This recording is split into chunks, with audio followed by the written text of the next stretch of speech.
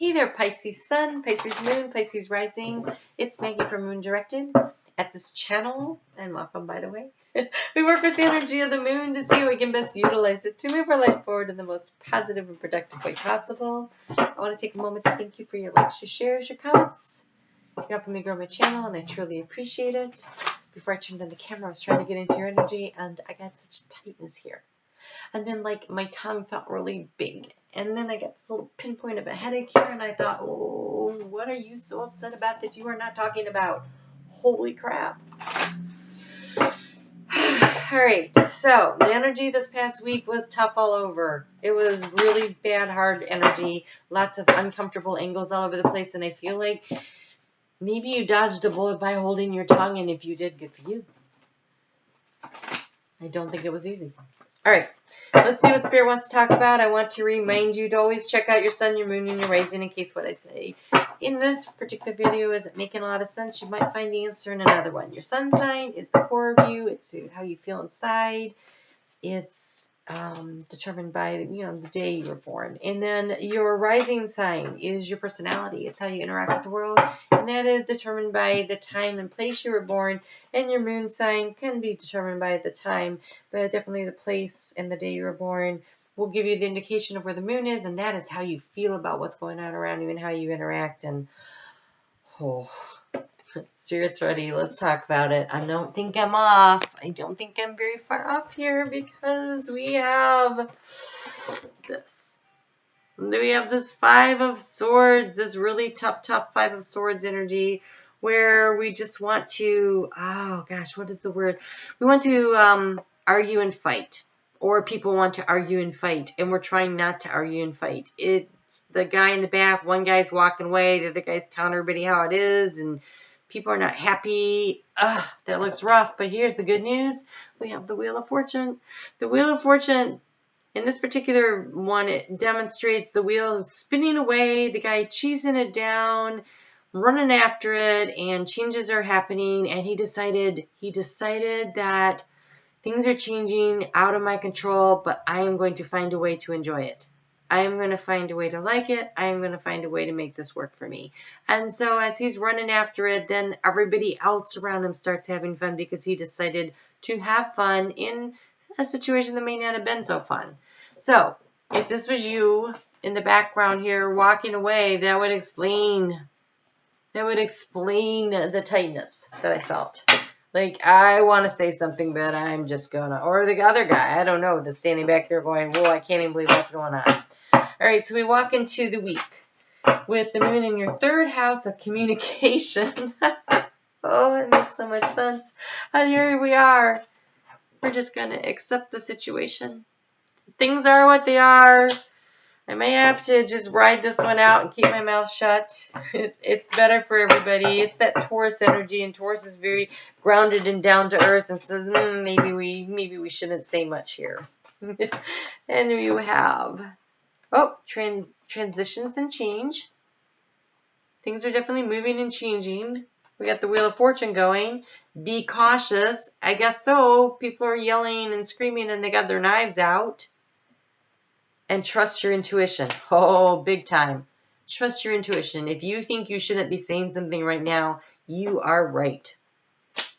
If you think you need to say something, then you are probably right, although this looks a little dicey, and so being cautious would be important. On Monday, the moon moves into the growth phase here, and it's in Gemini, which is about communication. But there's growth and there's self-love. And doing what's best for you and showing yourself the nurturing and the care that you need to protect yourself through these little troubled waters we have going over here. You don't want to be around anyone who's throwing knives. So decide to go have some fun. Decide to enjoy that and feel proud of yourself for, managing it. So this is in your fourth house of home and family and nurturing. And maybe you need to, with the self-love, you need to replace, sometimes our parents maybe didn't know how to love us the way we should have been loved. Or show it the way we would have liked to, would have liked to have seen it.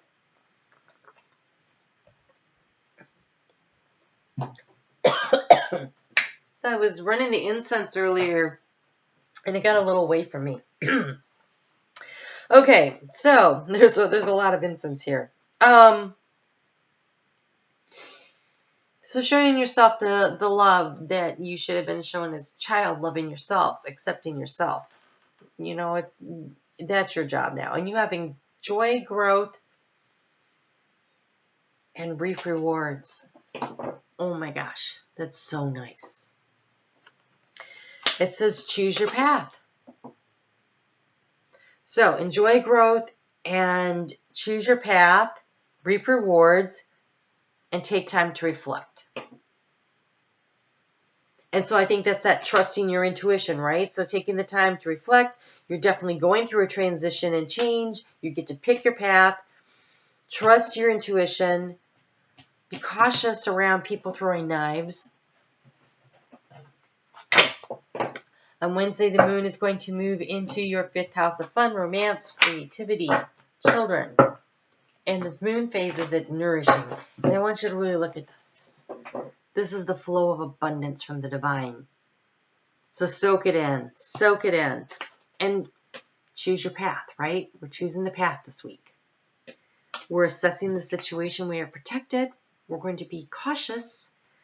But transition is happening. Trust your intuition and growth. And opportunity to really reap some rewards. It's pretty amazing stuff. Oh, nice. You have the new dawn. You have the new dawn. Oh my gosh, I want to just stop right now because Pisces, that looks so great. But we'll keep going.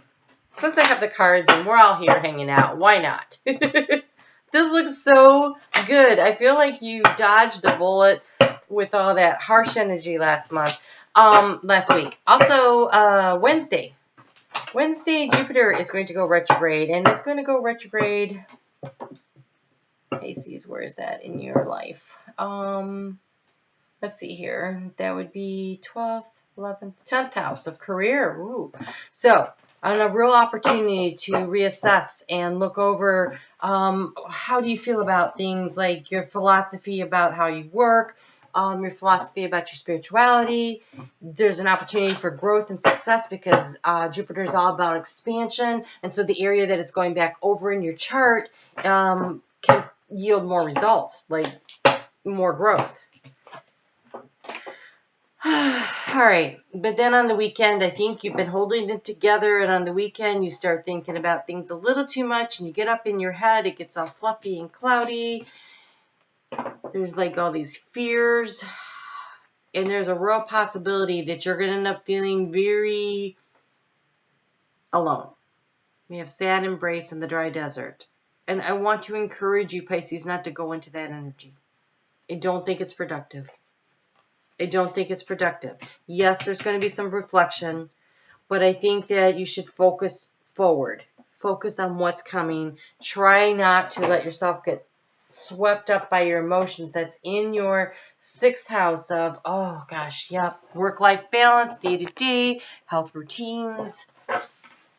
So, try to find the balance this week. And on the weekend in particular, really focus on staying balanced emotionally because it looks like a little bit of rough water. I really didn't look at the rest of the zodiac for the week, so I'm not really sure what's happening. Let me take a quick peek and see if I can't figure out something.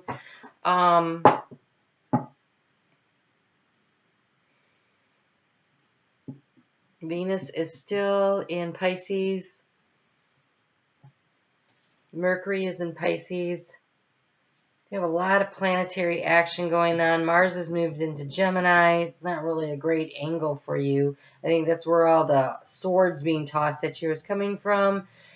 We still have Saturn in retrograde, but that's back in Capricorn, and that shouldn't be too tough. I mean, any tougher than it is for anybody else. It's getting ready to meet up, though, with Pluto, which is part of that big change. And so I think maybe for you,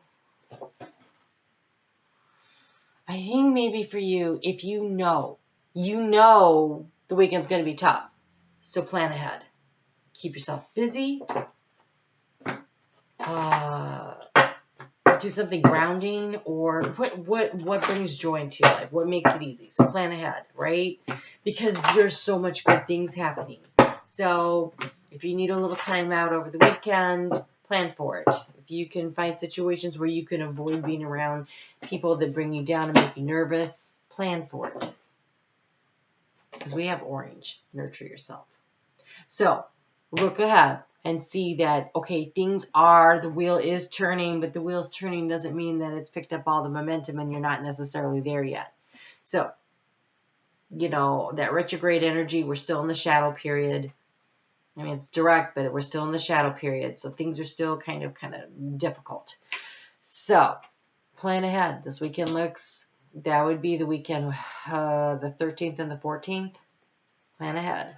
Make some space for yourself and do something you really like to do. Don't put too much pressure on yourself. Create that balance. That's that work-life balance. It's your 6th house. So that's about not overextending yourself when you need the downtime. So allow for the downtime. Try to make it a fun downtime. Don't use it as a time to go into hiding. Do something that makes you feel good about you. All right? All right, Pisces. Well, I will see you back here when we complete our full moon in Libra Sandwich. And I will see you for the weeklies. You take care. Nurture yourself. Nurture yourself. But things are getting better. Look at this. It's a new dawn. All right? All right. You take care. We'll talk soon. Bye.